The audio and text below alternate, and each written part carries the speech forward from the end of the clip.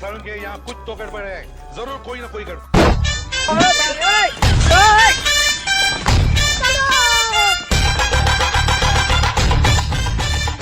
अरे रितेश भाई, अरे छोटी का हो गया इतना हफरत काबर है? अरे रितेश भाई कुछ नहीं, घर ले दौड़त की क्या था ना तेकर से तीरे ऐसे तले ठीक है, का लेबे बता। लेना तो मोला बहुत अकन सामान हवा, लेकिन फिर हाल मोला खाबर अभी पोंगन अड्डा दे दे। पोंगन अड्डा दे दो। चलो भाई, रुक जा देखो मैं एल्ले पोंगन अड्डा। रुको जरा, सबर करो। बोला धक्का बुक्की नहीं करने का, आराम से लेने का। अरे खाते चरीबे चरम चरम दोनों कुछ सामान लेना है तेला बता बे।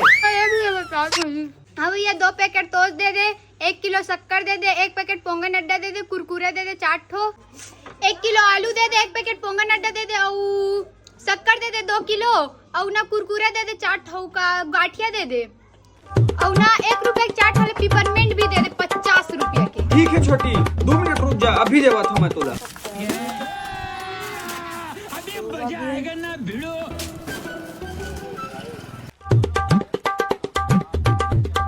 ले तोर चिकन सामान हो गया, पूरा बोरी भर दे, ठीक है। अब दे पैसा। कितने रुपए हो गए रितेश भाई?